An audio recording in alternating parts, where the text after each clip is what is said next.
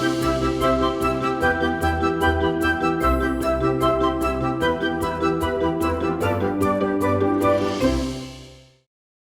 Hello money 9 में आप सभी का स्वागत है। मैं हूं सुमित और बैक टू डेली स्टूडियो, जहां पर भारतीय बाजारों के लिए आज का दिन थोड़ा बेटर आपको दिखाई पड़ेगा। हालांकि जो तेजी थी वो थोड़ी सी फिजल आउट जरूर हुई, लेकिन फिर भी मार्केट्स में अभी भी खरीदारी का रुझान देखने को मिल रहा है। सेंसेक्स करीब 167 अंक ऊपर है, निफ्टी 55 अंक ऊपर, मिड कैप इंडेक्स में 0.5% की बढ़त और स्मॉल कैप इंडेक्स भी करीब 0.5% की बढ़त के साथ कामकाज करता हुआ दिखाई पड़ेंगे। निफ्टी बैंक भी आज 282 अंक ऊपर कामकाज कर रहा है। एडवांस डिक्लाइन फर्स्ट हाफ में एडवांसेस के फेवर में था, अब डिक्लाइन के फेवर में आ चुका है, लेकिन अभी भी जो एडवांस डिक्लाइन है वो उतनी खराब स्थिति में नहीं है। 50-50 या फिर कह लीजिए 40-60 के रेशियो में भी कामकाज करता हुआ दिखाई पड़ रहा है।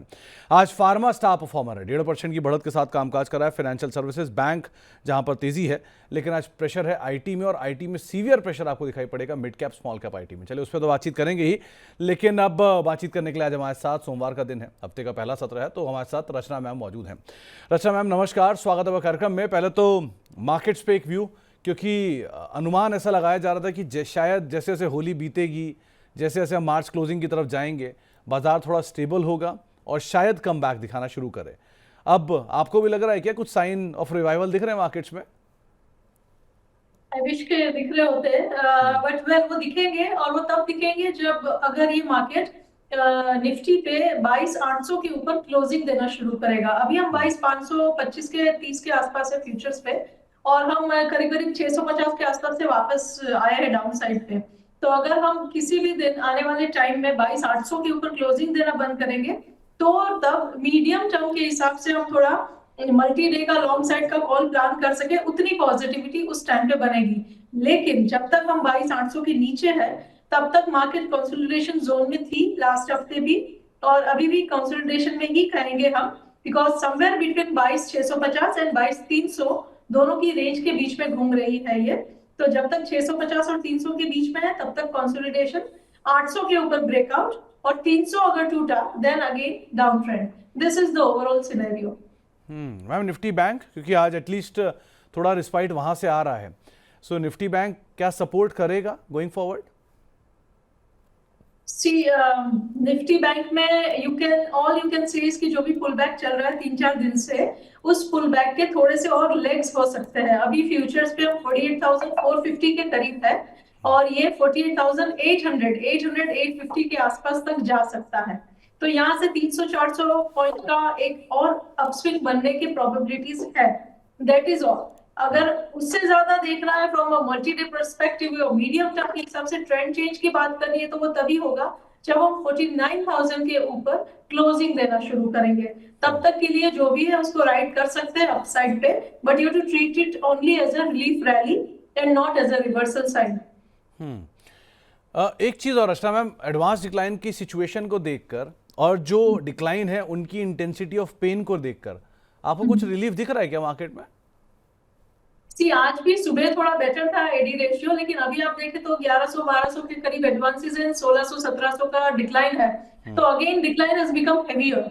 और दूसरी बात ये भी है, India VIX is also positive, और सुबह तो 3% से हायर का राइस था, अभी 2.5% बच गया है। सो ब्रॉडर पिक्चर इन्हीं चीजों को लेके रिलीफ तो नहीं दे रहा, इनफैक्ट थोड़ी ट्रबल की साइन है अभी भी, क्योंकि AD ratio is not looking that great. In fact सुबह से कंपेयर करें तो थोड़ा डिटीरियोरेट ही हुआ है।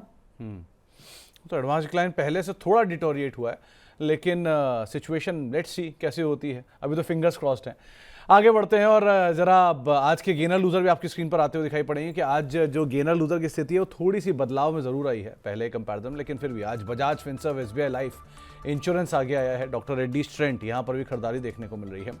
इसके अलावा गिरने वाले शेयरों में आज जहाँ प्रेशर है उसमें BPCL, Britannia, Wipro, hero MotoCorp, जहाँ पर थोड़ा बहुत दबाव देखने को मिल रहा है। मिड कैप में आज खरीदारी अगर दिखाई पड़ेगी तो मुथूट फाइनेंस में है, केपीआईटी टेक में है, न्यूज़ फ्लोज का इम्पैक्ट कह लीजिए, यूपीएल हुडको जहाँ पर थोड़ी बहुत खरीदारी है। बिकवाली वाली साइड पर आज प्रेशर है, उसमें ट्यूब इन्वेस्टमेंट है, एयू बैंक है, कोलगेट है, एमआरपीएल है, जहाँ पर बिकवाली है। आज स्मॉल कैप साइड पर गेनर्स में तो फिर भी न्यूज़ फ्लोज और डाइवर्सिफाइड है, KEC International, IEX, Karur Vysya Bank, Chambal Fertiliser, लेकिन प्रेशर है आईटी में, एक heavy sell off small cap IT में है। FSL, Happiest Mind, Sonata Software, Zensar Tech, चारों के चारों स्मॉल कैप आईटी जो कि आज प्रेशर में कामकाज करते हुए दिखाई पड़ रहे हैं। रचना मैम, दो नाम हैं इनमें से, एक तो आएगा डॉक्टर रेड्डीज का, जहां पर 52 वीक्स लो और वहां से एक अच्छा कमबैक आया, प्लस इंश्योरेंस में एसबीआई लाइफ, यहां पर भी आज एक अच्छी अपमूव आते हुए दिखाई पड़ी। इनको आप कैसे रीड कर रहे हो? जी, पहले डॉक्टर रेड्डीज की बात कर लेते हैं। डॉक्टर रेड्डीज में और इवन सम मोर फार्मा नेम्स में आज सुबह थोड़ी पॉजिटिव मूवमेंट रही है।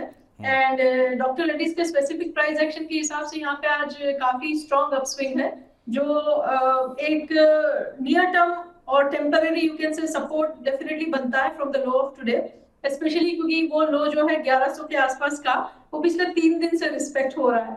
तो देयर कुड बी प्रोबेबिलिटी कि अगर मार्केट क्रैक नहीं होती जब तक बिल्कुल, तब तक यहाँ पे और भी स्ट्रॉन्गर स्विंग आने वाले दिनों में भी 1-2 दिन और जनरेट हो सकता है, जो डॉक्टर रेड्डीज को 1170 एंड 80 की तरफ भी लेके जा सकता है। जब तक 1100 के ऊपर है तब तक it is looking good. And जब तक एसबीआई लाइफ की बात है, तो एसबीआई लाइफ में फिलहाल प्राइस एक्शन पॉजिटिव जरूर है, लेकिन नियर टर्म में 1430-35 के बीच में एक रेजिस्टेंस है यहाँ पे। तो एक्सट्रीम नियर टर्म में उसको निकालना थोड़ा मुश्किल रहेगा मेरे हिसाब से। यहाँ पे थोड़ा कंसोलिडेशन प्रोबेबल है 1410 एंड 1430 के बीच में, जिसके बाद फ्रेश दूसरा अपस्विंग जनरेट हो सकता है आने वाले 2-4 दिन में, but for now it may consolidate. Okay, चलिए, तो ये दोनों आज के टॉप गेनर्स में नाम थे, इसलिए इन पे बात करना जरूरी भी था। अब शुरुआत करते हैं सवाल जवाब के सिलसिले की, और अगर आपका भी कोई सवाल है और आप भी इस कार्यक्रम का हिस्सा बनना चाह रहे हैं, तो आपके सामने स्क्रीन पर माध्यम आएगा 9311211874, ये हमारा व्हाट्सएप नंबर है, और साथ साथ money9query@tv9.com ये हमारा ईमेल आईडी है, जिसके जरिए भी आप इस कार्यक्रम का हिस्सा बन सकते हैं। और साथ ही साथ आप हमारे साथ अगले 1 से 1.5 घंटे तक फेसबुक पर, यूट्यूब पर लाइव जुड़ सकते हैं, और वहां पर भी सीधे सीधे हमारे साथ सवाल का पूछ सकते हैं और इस कार्यक्रम का हिस्सा बन सकते हैं। इसके अलावा एक सवाल, जो पहला सवाल आया है वो पिंकू जी का आया है। उनके पास NIIT लिमिटेड के शेयर हैं, और एक ही सवाल है मैम, अब तो की कैपिटल कैसे निकाली जाए? आप कैसे देख रहे हो इस सवाल को? इनफैक्ट ये सवाल बुल मार्केट में आता है कि 100% गेन कैसे पाया जाए, और बियर मार्केट में आता है कैपिटल कैसे निकाला जाए। आपकी राय? जी, कैपिटल बहुत पहले निकाल लेना चाहिए था, और अभी तक रुकने का कोई रीजन नहीं था। This is not in any up trend, and in fact IT जब अच्छा भी परफॉर्म कर रहा था अभी थोड़े टाइम पहले तक, तब का भी अगर इसका चार्ट देखें तो इसका अपना चार्ट तो वीक ही है। एंड यहाँ पे 110 पे अभी हम बैठे हुए हैं। अगर यहाँ तक का पेन झेल ही लिया है, तो it's up to you if you want to take some more pain, but support, अगर टेम्पररी सपोर्ट जो भी विजिबल है चार्ट पे भी उसकी बात करें, तो दैट कम्स अराउंड 73-75 के आसपास एक सपोर्ट बन सकता है, जो कि यहाँ से अभी भी 30-35 रुपए डाउन है। तो अगर थोड़ा सा भी हॉल्ट करना होगा इस गिरावट को, तो वहां पे करेगा, एंड नॉट बिफोर दैट। तो या तो आप फिलहाल भी निकल सकते हैं, और अगर नहीं निकलेंगे तो आप कम से कम 75 के सपोर्ट को जरूर ध्यान में रखिए। ओके, आबिद साहब का एक सवाल आया, इनके पास 150 शेयर हैं JSW एनर्जी के 565 रुपए के दाम पर, क्या इन्हें एवरेज करना चाहिए यहां पर? JSW एनर्जी में अगर at current price levels average out करना चाहे तो एक अपॉर्चुनिटी ले सकते हैं, क्योंकि हायर टाइम फ्रेम के हिसाब से एक इम्पोर्टेंट सपोर्ट के आसपास से ये अभी फिलहाल अपस्विंग देने की ट्राई कर रहा है। करंट अपस्विंग जो है वो 600 तक जा सकता है, तो फिर एवरेजिंग के बाद उनको निकलना भी हो तो that is also an opportunity. And फिलहाल अगर एवरेज आउट करना हो तो it is a good level, you can do that. Okay, तो आप यहां पर एवरेज कर सकते हैं। नागराज जी का एक सवाल आया है, इन्होंने पूछा है ईपैक ड्यूरेबल को लेकर, 490 रुपए के दाम पे खरीदारी है। मैम बहुत ज़्यादा चार्ट तो नहीं होगी, बहुत पुरानी लिस्टिंग नहीं है, लेकिन फिर भी जो इनकी खरीदारी है, क्या इनकी कॉस्ट प्लस प्रॉफिट रियलाइज कर पाएंगे यहाँ से? देखिए, इसको टर्न होना पड़ेगा, प्रॉफिट तो तब बनेगा। 326 के ऊपर इसका ट्रेंड फिलहाल स्ट्रांगली डाउन हो चुका है, और इसमें अगर टर्न आएगा तो बहुत आगे जाके आएगा। जब ये काउंटर 450 के ऊपर निकलेगा, तब यू कैन से कि एक कंफर्म रिवर्सल है। तो समवेयर बिटवीन 400-440 के आसपास एक रिवर्सल के चांसेस बनते हैं। उससे पहले जो भी है आएगी भी तो रिलीफ रैली होगी, जो 20-30-25 रुपए में फिजल आउट होने के चांसेस रहेंगे। रिवर्सल के अभी फिलहाल कोई साइन नहीं है चार्ट पे। इनफैक्ट ये साइन जरूर है कि अभी 326 पे जहाँ पे वो खड़ा है वहां से फर्दर लोअर जा सकता है, और अगर गया एक्चुअल में तो it can go towards as low as 270। एक आंचल जी का सवाल है कावेरी सीड को लेकर। उन्होंने 984 रुपए के दाम पर खरीदारी की है। Less discussed, less volume related stock है। एक अच्छी वैल्यू पे तो है, लेकिन जो प्राइस टू अर्निंग ग्रोथ है वो बहुत खराब है इस कंपनी की। सो आप क्या राय रखते हो, क्या करना चाहिए? देखिए, टेक्निकली तो ये चार्ट वेल प्लेस लग रहा है और मुझे लग रहा है कि इसमें बने रह सकते हैं बिकॉज काफी स्ट्रेंथ है चार्ट पे। 1100 पे ये भाव बैठा हुआ है, ये 1170 एंड इवन 1300 तक आने वाले टाइम में हमें जाता हुआ दिखाई दे, ऐसे स्ट्रॉन्ग चांसेस है। और ये पॉजिटिविटी तब तक बरकरार रहेगी जब तक ये 1000 के ऊपर बना रहेगा। जब तक 1000 के ऊपर बना है तब तक तेजी की उम्मीद आप लगाकर चल सकते हैं। एक सवाल आया है इंद्रनील साहब का, बहुत ही फीजिबल सवाल है मैम, कि इस भाव पर क्या पीडीलाइट और एलएनटी इन्वेस्टमेंट ग्रेड के लिए पिक कर सकते हैं? पीडीलाइट की अगर पहले बात करें, पीडीलाइट में इन्वेस्टमेंट के लिए अगर एंटर करना हो तो one level where it could be probably attempted could be somewhere around 2450। अभी तो हम 2700 के आसपास है और अगर ये लकी रहे तो शायद 2450 के आसपास की एंट्री भी इनके लिए ओपन होगी। But that is a good level. वहां पे एक कंजेशन जोन है हायर टाइम फ्रेम का, तो वहां पे एक अच्छी एंट्री बन सकती है from a longer term perspective. And L and T की अगर बात करें फॉर अ फ्रेश एंट्री, तो यहाँ पे फिलहाल हम 3200 के हल्के से नीचे है, 3180 के आसपास, और फिलहाल कोई सपोर्ट विजिबल नहीं है अनफॉर्चुनेटली। लेकिन फिर भी अगर आप एंट्री ढूंढने की कोशिश करेंगे तो you should do it at around 3000। तो 3000 के आसपास आप एलएनटी में एंटर करें तो एक बार को फिर भी बेटर विकल्प होगा। 3150 वैसे भी इसका बायबैक प्राइस है, मिड एंड बायबैक प्राइस है। अब कोलकाता चलते हैं, वहाँ पे अनुपम पोद्दार साहब हमारे साथ मौजूद हैं। पोद्दार साहब नमस्कार। नमस्कार सुमित जी, नमस्कार। नमस्कार पोद्दार साहब, नमस्कार। क्या सवाल आपका? मेरा सवाल है कि इन्फोसिस मेरा 13200 पे 1320 पे खरीदा हुआ है। 400 इन्फोसिस है, तो इस पे अभी बने रहे या क्या करें? मेरा व्यू 3 to 4 years है। 3 से 4 साल का नजरिया आपका। तो पोद्दार साहब, आपको घबराहट बनी होगी कि ऊपर से नीचे आ रहा शेयर तो जो प्रॉफिट है वो खत्म ना हो जाए, यही डर है? नहीं, प्रॉफिट ये डर नहीं है। एआई को लेके जो आईटी पे जो हो रहा है, इसी डर इस बात को लेके है। ओके, क्या करना चाहिए रचना मैम? इन्फोसिस 1320 रुपए के दाम पर इनकी खरीदारी है। 400 शेयर है, कंपनी अच्छी है, दाम अच्छा है, खरीदारी का भाव इनका बहुत अच्छा है, लेकिन अब ठीक है सिनेरियो ऐसा बन रहा है, क्या किया जाए? देखिए, कंपनी भी अच्छी है, भाव भी अच्छा है और इनका नजरिया भी काफी 4 to 5 years is quite a long time. तो मेरे हिसाब से इनको बने रहना चाहिए। एआई वगैरह की फिक्र करके इतनी ब्लूएस्ट ऑफ ब्लू चिप को एग्जिट करने की जरूरत नहीं है। एंड हाँ, अगर मीडियम टर्म व्यू होता तो मैं ये कहती कि एक बार को प्रॉफिट बुक कर ले, फिर दूसरी एंट्री करेंगे। बट क्योंकि काफी लॉन्ग टर्म है इनका, तो I think he should stay put with the stock, कोई प्रॉब्लम नहीं होनी चाहिए। एंड जैसे ही आने वाले टाइम में होपफुली मार्केट जब भी टर्न करेगी तो आउट परफॉर्मर्स में से ये काउंटर डेफिनेटली रह सकता है, दोबारा से 2000 भी जा सकता है। अभी उसकी कोई साइन नहीं है, बट वो हो जाएगा इतने टाइम में, तो बिकॉज़ द नजरिया इज क्वाइट। जी पोद्दार साहब, मुझे और एक चीज पूछना था। हाँ जी। स्मॉल कैप कंपनीज में इन्वेस्टमेंट करने के लिए visiting companies, factories are essential और tracking financials and conference calls are enough. देखिए पोद्दार साहब, मतलब इसके लिए रचना मैम से मैं उनका व्यू एक बार लूंगा, लेकिन इतना कहूंगा कि अगर कोई कंपनी किसी लार्ज कैप ग्रुप की या किसी बड़े ग्रुप की कोई स्मॉल कैप कंपनी है तो उसकी इंफॉर्मेशन आपको इजीली अवेलेबल हो जाती है। बहुत सारी कंपनियों की इंफॉर्मेशन पब्लिक डोमेन में नहीं होती है, तो वहाँ पर जाना ज़रूरी है। सर देखिए, जितना ज़्यादा आप किसी कंपनी के बारे में एक्सप्लोर करेंगे उतना आपका कन्विक्शन उसको लेकर बेटर होता जाएगा और उतना समय तक आप उसको होल्ड कर पाएंगे। Sir the more you read the better you will be placed in, इसलिए पढ़ाई करना ज़रूरी है। वो आप पूरी किताबों में चीज़ें नहीं मिलती, एनालिस्ट कॉल में नहीं मिलती, एनुअल रिपोर्ट में नहीं मिलती, तो इसके लिए आपको खुद प्लांट भी जाना पड़ता है। तो इसलिए ज़रूरी जहाँ ज़रूरत लगे और जितनी ज़्यादा से ज़्यादा जानकारी आप जुटा पाएँ एक कंपनी से जुड़ी हुई, वो आपके लिए सबसे सफिशिएंट है। तो आप वो जैसे चाहें वैसे आप इकट्ठा कर सकते हैं। उस पर रचना मैम का व्यू लूँगा। और दूसरी बात, आपने इन्फोसिस की करी, तो एक बात पोद्दार साहब हमेशा ध्यान रखिएगा, अच्छी खबर और अच्छा भाव एक साथ नहीं आते हैं। वो हमेशा अलग अलग तरीके से आपको शेयर नीचे मिलेगा, चाहे कहानी कुछ भी हो उसके पीछे। रचना मैम, आप ऐड करना चाहोगे कुछ? जी, एक रिटेल इन्वेस्टर के लिए तो कंपनीज को विजिट करके portfolio banana is not really very feasible. And हम ये उम्मीद नहीं कर सकते कि जो भी सच हमेशा होगा हमारे सामने भी आएगा even if you visit. But एक तरीका जरूर है जो अनकही बातों को भी जाना जा सकता है, विच इज ऑन चार्ट।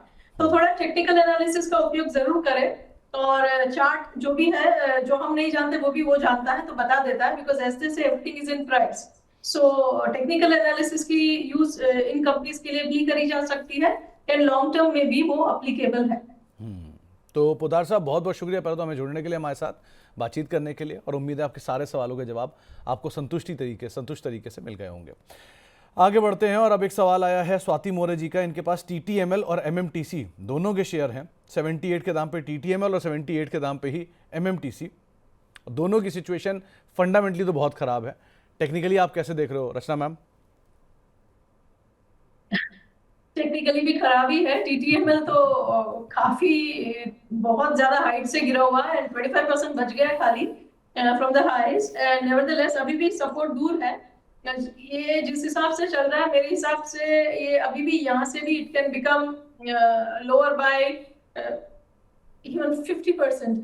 तो उस हिसाब से आप तैयार रहिएगा। अगर आप पोजीशन होल्ड करते हैं तो यहाँ से ये 40 के नीचे भी जा सकता है। फिलहाल हम 60 के आसपास है और कंडीशन अच्छी नहीं लग रही। एंड MMTC की जहां तक बात है तो इसमें भी ट्रेंड तो डाउन ही है, एंड इनफैक्ट लॉन्ग टाइम के कंसोलिडेशन में से इसने निकलने की हल्की सी कोशिश करी थी जुलाई 24 में, which has not worked out. तो दोबारा अब ये काउंटर अगर वर्कआउट होना होगा अपसाइड पे तो तब होगा उसका कंफर्मेशन जब ये 75 के ऊपर क्लोज देना शुरू करेगा। तो यहाँ से अच्छा खासा 50% का राइज तक तो कुछ भी ट्रेंड नहीं बन रहा। So if you are already into it I think you should exit, and if you are looking for a fresh entry enter only above 70। Okay. इसके अलावा एक सवाल आया है गोपाल जी का। इनके ये नेस्ले में एंटर करने की बात कर रहे हैं और लंबी अवधि के लिए पोर्टफोलियो ग्रेड स्टॉक में उसको शामिल करने की बात कर रहे हैं। आपकी राय? नेस्ले को लॉन्ग टर्म पोर्टफोलियो में रखने में कोई ज्यादा सोचने वाली बात ही नहीं है। तो ओनली थिंग इसके ओवरऑल मार्केट फिलहाल जिस हिसाब से उस हिसाब से थोड़ा एंट्री के लिए देखना चाहिए। करंट लेवल पे एक एंट्री बनाई जा सकती है which is around the level of 2170, लेकिन पार्ट में करें और दूसरा पार्ट जो है वो बाकी रखें। इन एनी एडवर्स सिचुएशन अगर हम 1800 के आसपास भी गए तो दूसरी एंट्री वहां पे करें। तो रचना मैम, इस सिचुएशन में जब बाजार ऑलरेडी डिस्काउंट पे लगा हुआ है और बहुत अच्छे अच्छे नाम है, रिलायंस, L&T, इन्फोसिस, जिनकी पे हम बात कर भी रहे हैं, Pidilite, Asian Paint, jokes apart हो, चलिए एक क्वार्टर के लिए या 2 क्वार्टर के लिए चार्ट्स पे उनका इम्पैक्ट रह सकता है, हो सकता थोड़ी वीकनेस रहे। लेकिन अगर किसी को इस तरह की कंपनियों में पोर्टफोलियो बनाना है अपनी नेक्स्ट जनरेशन के लिए, ऐसे 10 साल के लिए, रिटायरमेंट के लिए, तो is it right time to get into थोड़ा थोड़ा एटलीस्ट? यस, थोड़ा थोड़ा करके करना is the key, you rightly pointed it out. तो जरूर करें लेकिन एक साथ ना एंटर करें, 2-3-4 हिस्सों में बांट दे अपने इन्वेस्टमेंट को, एटलीस्ट 2 to 3 में बांट दे, और एक इन्वेस्टमेंट का करंट लेवल पे कर सकते हैं इंस्टॉलमेंट, और दूसरा अगर फर्दर लोअर जाती है मार्केट बाय अनदर 15-20% तो उस टाइम पे करें। अगर नहीं जाती तो जब राइज करना कंफर्मेशन के साथ शुरू हो जाए तब करें। ओके, तो यहाँ 15-20% निफ्टी की बात नहीं हो रही है, 15-20% स्टॉक की बात हो रही है। अगर निफ्टी 15-20% चला गया तो सिचुएशन ही कुछ और होगी फिर तो। लेकिन निफ्टी नहीं, आपके पर्टिकुलर स्टॉक में इतनी गिरावट मिले आपको तो आप ज़रूर उस पर फर्दर एवरेज करें। लेकिन हाँ, थोड़ा थोड़ा पोर्टफोलियो बनाने के लिए अच्छे शेयर अच्छे भाव पर मिल रहे हैं, आप उसके साथ शुरुआत कर सकते हैं। आगे बढ़ते हैं। एक सवाल आया है LTIM को लेके हितेश जैन साहब का। ये भी 4700 रुपये के दाम पर इनकी खरीदारी है और ये पूछ रहे हैं क्या इस दाम पर अब एवरेज करना चाहिए? आज कुछ न्यूज़ फ्लोज भी था, उसका भी इम्पैक्ट है। आप कैसे देख रहे हो इसको रचना मैम? देखिए, इसको अगर एवरेज आउट करना है तो 3900 इज अ गुड लेवल और जाना चाहिए वहां पे बड़े आसानी से। तो अभी ना करें, यहाँ से 400 रुपये और लोअर मिल जाएगा आपको, तब करें। ओके, तो 400 रुपये और नीचे के लेवल दिख जाएंगे तब आप एवरेज करें, वो ज़्यादा बेटर रहेगा। बातचीत करने के लिए हमारे साथ अब एक और दर्शक मौजूद हैं, दिल्ली से बातचीत करेंगे हम। हमारे साथ अमरेंद्र झा साहब मौजूद हैं। झा साहब नमस्कार। नमस्कार झा साहब। सर मैंने ना कॉटन ग्रीव्स की 178 रुपीज में ले रखे हैं सर, 1000 शेयर। क्रॉम्पटन ग्रीव्स या Greaves cotton? Greaves cotton sir, Greaves cotton. Greaves cotton के। और कितना समय आप इसे दे सकते हो झा साहब? सर मैं तो 6 साल 7 साल कुछ भी दे सकता हूँ सर। ओके, कोई खास वजह थी क्या ग्रीव्स कॉटन को लेने की? सर वो अंशुल सर के कहने पे लिए थे। अच्छा, तो लंबी अवधि के लिए लिया तब भी? लंबी अवधि के लिए ज्यादा सर। चलिए, एक आपको अच्छा ट्रिगर बताता हूँ। इस कंपनी ने एक बड़ा कोलैबोरेशन या एक्सपेंशन कर रही है। वो एक्सपेंशन भी 1 से 2 साल के अंदर ही आएगा। सो वो भी आपको बहुत हद तक एज दे देगा अगर आप 6 से 7 साल रुक सकते हैं तो। रचना मैम, करना क्या चाहिए? 178 रुपए के दाम पर इन्होंने ग्रीव्स कॉटन के शेयर ले रखे हैं। पहले तो ये शेयर बहुत रेजिलिएट कर रहा था बाजार के फॉल को, अब आप कैसे देख रहे हो इसे? देखिए, इनकी एंट्री तक ये जा सकता है दोबारा, उस चीज के लिए मेंटली प्रिपेयर्ड रहे। और इनकी एंट्री बहुत अच्छे प्राइस पे है, ये अच्छी बात है। इनकी एंट्री के करीब करीब वेरी क्लोज एक इम्पोर्टेंट सपोर्ट बनता है समवेयर अराउंड 150। तो अगर वो लॉन्ग टर्म के लिए भी है तो 150 के आसपास वीकली क्लोजिंग बेसिस पे अपना एक स्टॉप लॉस बना के रखे, कंटिन्यू करे। और अगर ऐड करना है तो दोबारा एंट्री प्राइस पे आए तब ऐड कर सकते हैं। तो अभी नहीं, लेकिन अगर कभी दोबारा झांसा आपके दाम के आसपास, उसके इर्द गिर्द नीचे, तो आप पोजीशन थोड़ी और बढ़ा सकते हैं। फिलहाल आप बने रहिए, कोई दिक्कत नहीं है। और नजरिया लंबी अवधि का तो ऐसी कोई इशू नहीं है आपके साथ। सही कंपनी वैसे भी अदरवाइज अच्छी है। आयरेडा रेनू सिंघल जी के पास है 224 रुपए के दाम पर। करना क्या चाहिए इसमें रचना मैम?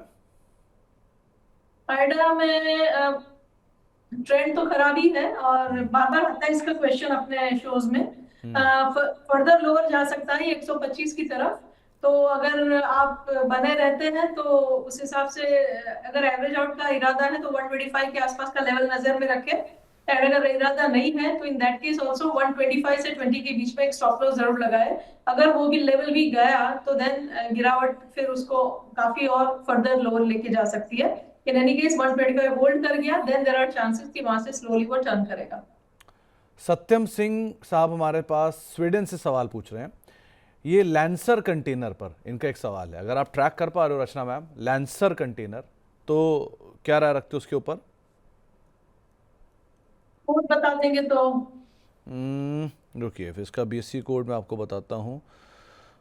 ये शेयर का BSC कोड है मैम 539841। ऑलराइट, ओके, खाली BSC पे लिस्टेड है। जी। Alright, fine. This company specifically is in a very solid down trend and मुझे नहीं लग रहा है ये कोई नियर टर्म में रुकेगा। जहां जिस हिसाब से वो जा रहा है, जिस कंसोलिडेशन और बेस में से उसने मूवमेंट शुरू करी थी on the upside, that was in 2021, जहां से शुरू किया था 8 रुपए से।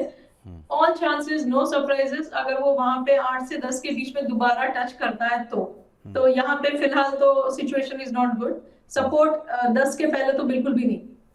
ओके मैम, एक सवाल और गेमिंग हैंडल से आया है। वो भी आयरेडा पर ही सवाल पूछ रहे हैं, लेकिन उनका सवाल ये है कि क्या मतलब उनकी 190 रुपए के आसपास ही खरीदारी है और आयरेडा जिस तरह एग्जॉर्बिटेंट गेन देने के बाद नीचे आ रहा है, अब ये अगर फर्दर एवरेज करना हो तो क्या 120 130 के आसपास ही करें? यस, आई थिंक 125 के आसपास मिलनी चाहिए एंट्री और वहां पे एक एवरेजिंग के लिए अच्छा लेवल बन सकता है। ओके एक सवाल आया है सऊदी अरब से। इनके पास प्रीमियर एनर्जी के शेयर हैं। 951 रुपीज़ के दाम पे इनकी खरीदारी है। 1 साल का नज़रिया है। क्या इसमें एवरेज करना चाहिए या निकल जाना चाहिए? मैम चार्ट तो बहुत नहीं होंगे, लेकिन राय आपकी। प्रीमियर एनर्जी पे मेरी राय यही रहेगी। फिलहाल तो इसका price is all over the place and neither it is in down trend nor in up trend. लेकिन ये क्योंकि lower end of the range पे है, 4 हफ्तों से अच्छा खासा कंसोलिडेट कर रहा है, तो 900 के आसपास अगर ये कहीं पे संभल जाए जहाँ पे वो फिलहाल है, देन देयर आर चांसेस कि ये दोबारा एक अपस्विंग की ट्राई कर सकता है। वो चीज वो ट्राई कंफर्म कब होगी? जब ये 950 को क्रॉस करेगा तब you can say कि 900 has worked as a support and in that case it can go higher above 1100 and all, पर 900 के ऊपर ही पॉजिटिविटी बनेगी। 900 अगर तोड़ेगा देन दिक्कत बढ़ सकती है। तो 900 अगर तोड़ेगा तो एक बार को सिचुएशन कुछ और बनेगी, लेकिन ये एक तरफा तेज़ी एक तरफा बिकवाली वाले स्टॉक्स में आता है, थोड़ा ध्यान संभाल के इसमें काम करिएगा। इसके अलावा एक सवाल आया है गुजरात अंबुजा एक्सपोर्ट्स को लेकर। सोनी कुमारी जी सवाल पूछ रही हैं, क्या इसमें फर्दर एवरेज करना चाहिए? 130 पे इनकी खरीदारी है मैम। देखिए 130 की खरीदारी है, अच्छा खासा फिलहाल तो लॉस पे है पोजीशन एंड एवरेजिंग के लिए हमें कोई लेवल चाहिए जहां पे हम उम्मीद करें कि उसके बाद नीचे नहीं जाएगा या तो वहां से टर्न करेगा, क्योंकि वरना अगर वो नहीं हुआ तो उसके बाद फर्दर डाउन जाएगा तो दुगनी स्पीड से अपन गिरेंगे क्योंकि अपना वॉल्यूम डबल हो चुका होगा। So that kind of level comes around 85। अभी 100 पे बैठे हैं हम, अगर 85-90 के बीच में कहीं मिलता है तो एवरेज आउट करें, नॉट बिफोर दैट। तो यहाँ नहीं, कहीं नीचे आपको मिले तब आप एक बार को एवरेज कर सकते हैं। निर्मला सैनी जी का एक सवाल है, इनके पास तांला प्लेटफॉर्म के शेयर हैं, 800 रुपये के दाम पे खरीदारी है मैम, आधा हो चुका है ये शेयर। और दूसरा अतुल ऑटो है, 350 रुपये के दाम पर इसमें भी खरीदारी है। मैम तांला प्लेटफॉर्म आईटी में सबसे सस्ते वैल्यू पर अवेलेबल है, लेकिन बुरी तरह क्रैश्ड है। करना क्या चाहिए इन दोनों में? देखिए सबसे सस्ते का तो ऐसा है कि 52 वीक लो पे बाय करने की खुशी तब तक ही रहती है जब तक 104 डेज वीक्स का लो ना नजर आए। तो चीप होने से कुछ नहीं होता, cheap is cheap for a reason. And यहाँ पे सपोर्ट अभी भी कहीं आसपास में नजर नहीं आ रहा, सो आई विल से कि अवॉइड करना चाहिए इस तरीके के काउंटर्स को, because there are much better opportunities available in the market. हाँ, ये काउंटर अगर पॉजिटिव बनेगा तो तब बनेगा जब ये 550 क्रॉस करेगा, नॉट बिफोर दैट। ओके, और ma'am Atul auto? Atul auto, just a moment, Atul auto में पॉजिटिव ये काउंटर तब बनना चाहिए जब ये 400 के आसपास सपोर्ट ले लेगा, वेरी क्लोज टू इट, तो all chances, it's an important support और मेरे हिसाब से देयर आर चांसेस कि ये होल्ड कर जाए। तो 400-410 के आसपास ट्राई करें एंट्री करने की, even if it is in parts. And 370 के आसपास एसएलवी लगा ले, अगर ये सपोर्ट होल्ड कर गया तो 400 के आसपास का, तो गुड अमाउंट ऑफ चांसेस कि अपसाइड पे 500-550 के ऊपर पहले और उसके बाद फर्दर हायर लेवल्स को दिखाएगा आने वाले टाइम में। तो आपको राय दी गई है इन दोनों स्टॉक्स को लेकर। अब बातचीत करने के लिए एक और दर्शक हमारे साथ मौजूद हैं। हमारे साथ कटिहार बिहार से अनुपम जी मौजूद हैं। अनुपम जी नमस्कार। अनुपम जी सुन पा रहे हैं आप? चलिए शायद संपर्क टूट गया, लेकिन इनका सवाल मैम टीबीओ टेक पर था। ये हाल की लिस्टिंग है, 544174 इसका बीएससी कोड है। इन्होंने 110 शेयर ले रखे हैं 1600 रुपये के दाम पे, और ये वहीं से ही एक तरफा नीचे आता हुआ दिखाई पड़ा है। करीब 2000 रुपये के हाइस थे, तो इन्होंने 40% नीचे आने के बाद या 20-25% नीचे आने के बाद ऐड किया, और अब वहाँ से भी ये करीब 1200 आ गया है। करना क्या चाहिए मैम इसमें? एक स्ट्रॉन्ग अटेम्प्ट दिया है इस काउंटर ने थोड़े ही दिन पहले, एक हफ्ते पहले अपसाइड जाने का। नाउ लेट्स सी, अगर 1150 के आसपास का सपोर्ट जो उसने तब बनाया था लास्ट वीक को, अगर ये होल्ड कर गया एक और बार, तो एक प्रोबेबिलिटी बनेगी कि वो शायद वहां से टर्न करके 1400, 1450 एंड इवन 1500 की तरफ जाए। लेकिन उसको उससे पहले ये लेवल को होल्ड करके दिखाना पड़ेगा 1150 को। 1150 को एक स्ट्रॉन्ग सपोर्ट मान के चले, उसको होल्ड करते हुए अगर दिखाई दे ये काउंटर 1250 के ऊपर जाना शुरू करे, देन यू कैन ऐड और buy, and in that case 1350 से 1450 तक का एक short to medium term swing बन सकता है ऑन द अपसाइड। एक सवाल है मनीष खन्ना साहब का, इनके पास जेके सीमेंट है, 4800 रुपये के दाम पर खरीदारी है। पूरा ही सीमेंट नीचे, तो ये भी नीचे। करना क्या चाहिए इसमें मैम? पूरा मार्केट ही नीचे है तो ये सब काउंटर्स होने ही है, but nevertheless this is in a congestion zone as of now, तो काफी सारा यहाँ पे एक सपोर्ट बनने का चांस है 4200 के आसपास, समवेयर बिटवीन 42 एंड 4250 एक जोन है जिसके अंदर बाइंग या तो इवन एडिशन करा जा सकता है। एंड उसके लिए फिर एसएल होना चाहिए आपका 4000 के करीब। अगर 4000 होल्ड कर गया देन चांसेस है कि ये धीरे धीरे करके इस कंजेशन जोन में कंसोलिडेशन करके धीरे धीरे करके टर्न करके अब जाना शुरू करेगा। ओके, एक सवाल आया मैम हितेश जैन साहब का, इनके पास यूनाइटेड स्पिरिट्स हैं, 122 शेयर हैं और 1250 के दाम पे खरीदारी है। इनका एक ही सवाल है कि इसमें और खरीदारी करनी है लंबी अवधि के लिए, कौन सा दाम सही रहेगा जहां पे खरीदारी करनी चाहिए? करंट लेवल पे वो जहां पे बैठा हुआ है वहां से तो अभी अपस्विंग के लिए थोड़ा टाइम लगेगा इसको कंफर्मेशन देने में, और अगर डाउनस्विंग कंटिन्यू रहा तो it can again go towards 1300 के आसपास। अगर अपॉर्चुनिटी आने वाले दिनों में दिखती है तो एक एंट्री वहां पे बनाई जा सकती है 1300 के आसपास। एंड लकीली अगर वो 1300 का लेवल होल्ड कर गया एंट्री के बाद, तो दोबारा ये काउंटर 1650 की तरफ मीडियम टू लॉन्ग टर्म में जाता हुआ श्योरली नजर आना चाहिए। डिमांड पार्ट भी स्ट्रांग रहा ही है, होली का सीजन होकर भी गया है। सो कुछ इम्पैक्ट तो शायद आ ही सकता है अदरवाइज नंबर्स के लिहाज से भी। एक अजीत बैद साहब का सवाल है रचना मैम, ये बजाज फिनसर्व और कोटक महिंद्रा बैंक इन दोनों में एंट्री करने की इच्छा रख रहे हैं और दोनों में ही ये लंबी अवधि के लिए इनमें निवेश करना चाह रहे हैं, आप क्या राय रखते हो? See Bajaj Finserv is looking good even at this point in time और फ्यूचर में भी रहना चाहिए क्योंकि चार्ट काफी अच्छा है। तो एक पार्ट में करें सिर्फ इसलिए क्योंकि ओवरऑल मार्केट में प्रॉब्लम चल रहा है, पर करें इसमें entry, it is looking good and 1870 के आसपास ये है, ये आने वाले टाइम में हमें 2200 को क्रॉस करते हुए नजर आ सकता है। एंड कोटक महिंद्रा बैंक की जहां तक बात है, इसका chart setup higher time frame के हिसाब से again is looking quite good, तो यहाँ पे भी एंट्री कर सकते हैं और ये आने वाले टाइम में हमें 2400 की तरफ आता हुआ नजर आना चाहिए from 6 to 12 months of perspective. तो 6 से 12 महीने में आपको कोटक महिंद्रा बैंक और बजाज फिनसर्व दोनों में ही एटलीस्ट आप पोजीशन यहाँ पर लॉन्ग कर सकते हो। एक सवाल आया है मैम आरसीएफ के ऊपर, 192 रुपये के दाम पर है, अंबुजा सीमेंट 639 रुपये के दाम पर है। इन दोनों में सवाल ये है कि क्या इनमें ऐड करें या लॉस बुक करें, क्या करना चाहिए इन दोनों में? अगर आरसीएफ में ऐड करना है तो 9800 के बीच में एक अच्छा लेवल आएगा जहां पे एडिशन करी जा सकती है।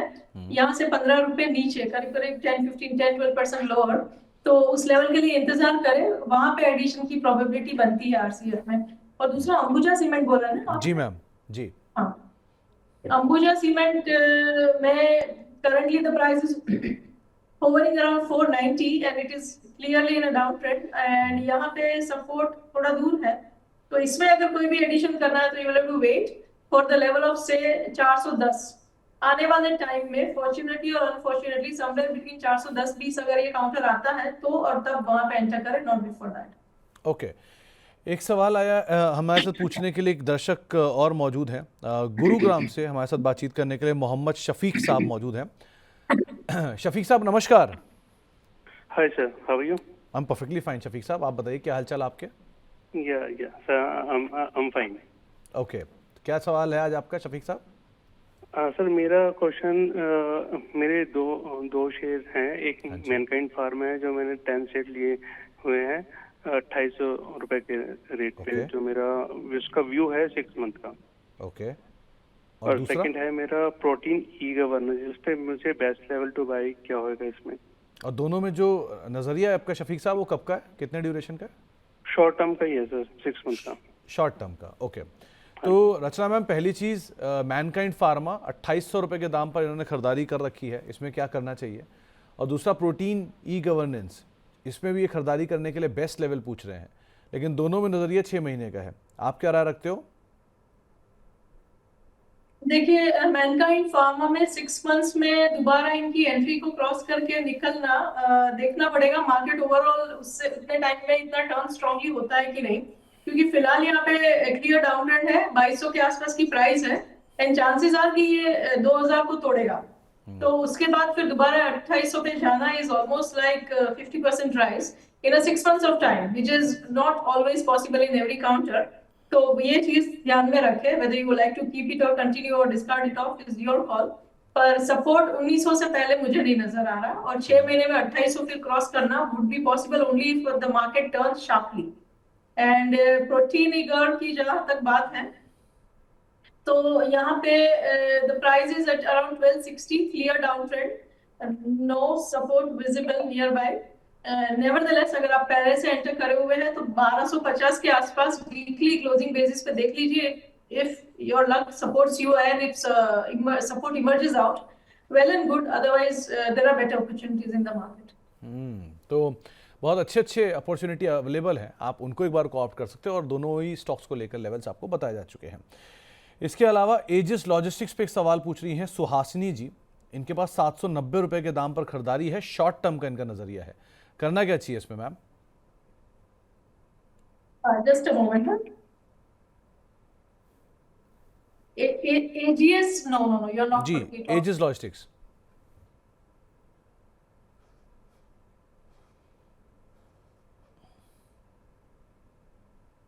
AGES is the spelling, right? AEGIS। AEGIS। जी मैम। ओके, एजिस लॉजिस्टिक्स में currently the counter is hovering around 744 and it is correcting from the higher levels, लेकिन it is at a congestion zone. तो अगर आने वाले दिनों में, हफ्तों में अगर मार्केट कहीं संभला in the very near term, तो ये काउंटर भी संभल सकता है. इसका कंफर्मेशन आएगा when this crosses above 800. तो 800 के आसपास एक टर्न आएगा इसमें कंफर्मेशन के साथ, जो इस काउंटर को दोबारा 1000 एंड 1000 प्लस पे लेके जा सकता है. इस चीज को फ्रक्टिफाई होने के लिए इस काउंटर को 700 के ऊपर बने रहना जरूरी रहेगा. तो 700 के ऊपर जब तक है मैम, तब तक तो एटलीस्ट आपको लेवल मिल सकते हैं, लेकिन छोटी अवधि के लिए आपको राय दी जा चुकी है. एक डॉक्टर समीर खान साहब का सवाल आया है. ये पूछ रहे हैं कि सारे शेयरों में वापस पुल बैक आना शुरू हो गया, लेकिन बीएससी में नहीं आया.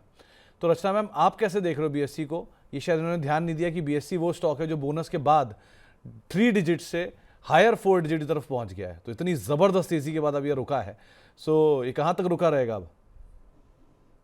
देखिए, ये टर्न इसमें अगर नहीं आया तो इसमें गिरावट भी बहुत लेट आई थी और थोड़े टाइम पहले ही इसने गिरना शुरू किया in the end of Feb. तो मार्केट तो 4-5 महीने से गिर रही थी जब ये खाली कंसोलिडेट ही कर रहा था.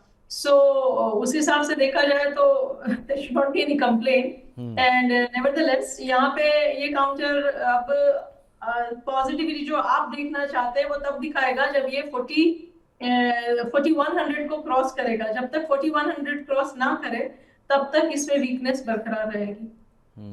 तो खान साहब, आप थोड़ा शायद लेट इसमें एंटर कर गए, लेकिन ये स्टॉक ऑलरेडी बड़ा मल्टीबैगर बन चुका है और बहुत बढ़िया तेजी दिखा चुका है. सो अब थोड़ा गिरना शुरू हुआ है, तो अब देख संभल के ही काम कीजिएगा. इसके अलावा एक सवाल आया है डालमिया भारत पर हितेश जैन साहब के पास. इनके पास गलती से इन्होंने 1840 रुपये के दाम पर ले लिया है. करना क्या चाहिए इसमें, क्योंकि कैपेसिटी अच्छी कंपनी की, लेकिन शेयर नीचे आ रहा है. क्या किया जाए अभी?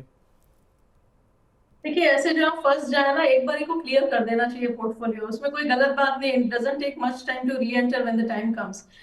कैपिटल को इरोड होते हुए देखने में कोई फन नहीं है.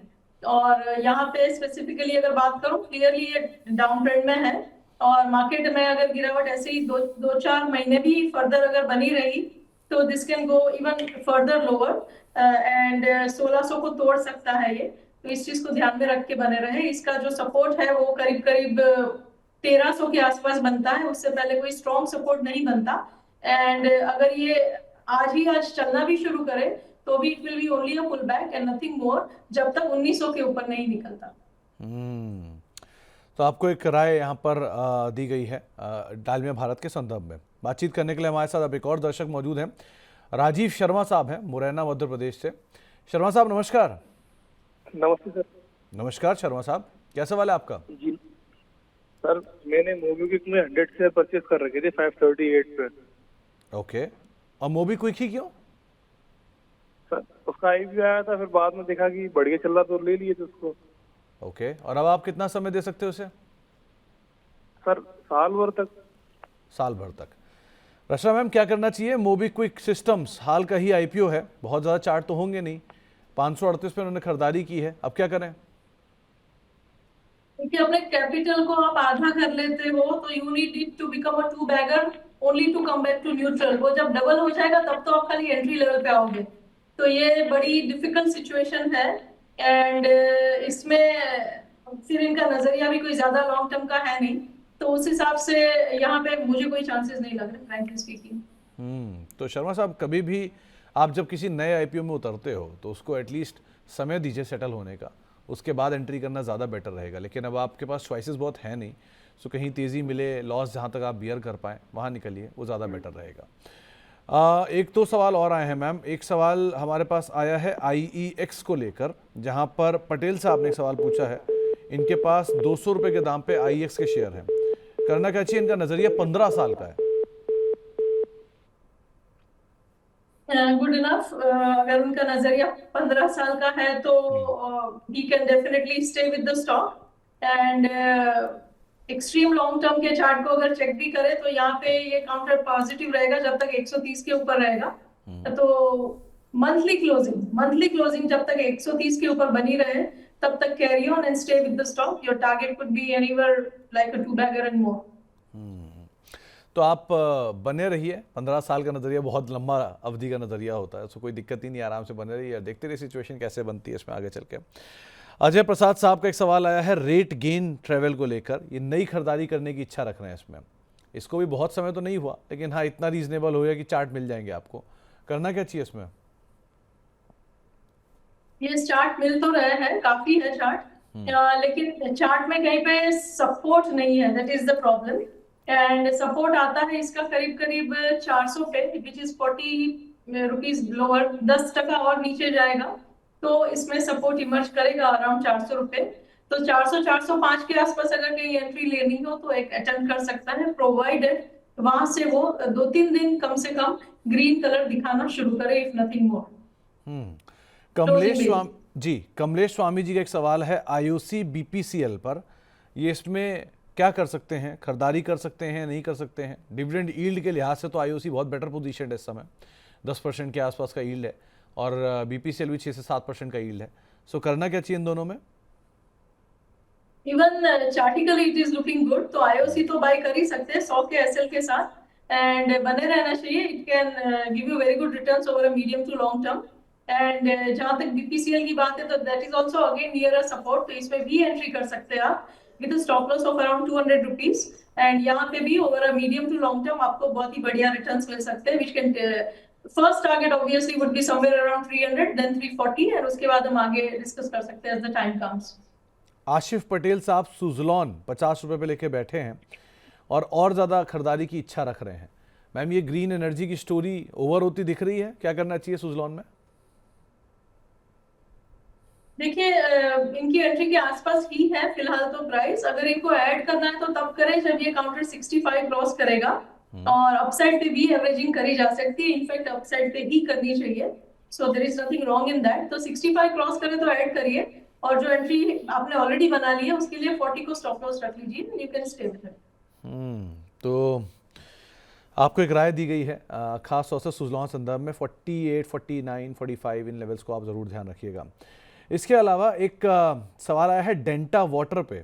मैम विमल जी का सवाल है, आपके प्रशंसक भी हैं, और इनका खुद का कहना है कि एक स्ट्रांग सपोर्ट ले रहा है डेंटा वाटर। हाल की ये लिस्टिंग है तो अभी तो चार्ट बहुत होंगे ही नहीं, तो पता नहीं इनको, लेकिन सपोर्ट दिख रहा है।